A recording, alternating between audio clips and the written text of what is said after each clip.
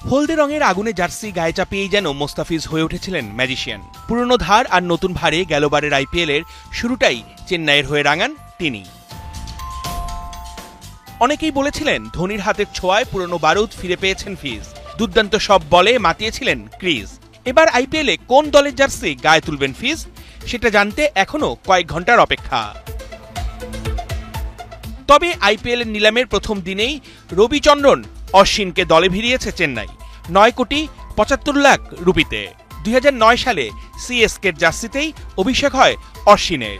Yellow ব্রিগেডের হয়ে ২০১০ এবং ২০১১ সালে ২টা ট্রফিও জেতেন।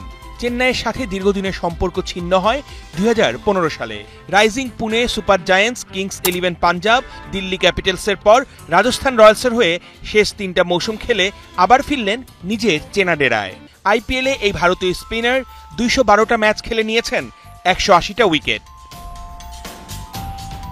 এক বুড়োর দলে আরেক বুড়ো, রাজাদের রাজার মতো প্রত্যাবর্তন করতে আছেন এক মহারাজ।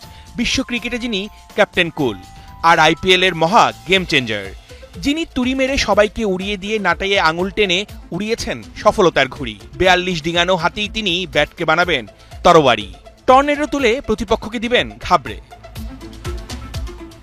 চেন্নাই সুপার কিংসের ফেসবুক পেজে জাদেজার সাথে কে এই অলরাউন্ডার, জোর গুঞ্জন এটা হতে পারেন বাংলার সাকিব আল হাসান।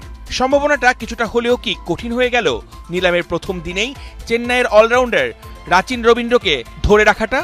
সেই সাথে সিএসকে ধরে রাখতে পেরেছে ডেভন কনওয়েকে। বাংলাদেশি ক্রিকেটারদের মধ্যে সাকিব, মোস্তাফিজ, শরীফুল, তাসকিন ও নাহিদ রানারই সবথেকে বেশি সম্ভাবনা আইপিএলে দল পাবার। সেটা হতে পারে ধোনির চেন্নাই কিংবা শাহরুখের কলকাতা নাইট রাইডার্স, অথবা সবাইকে চমকে দিয়ে টাইগারদের টেনে নিতে পারেন অন্য যে কোনো ফ্র্যাঞ্চাইজি।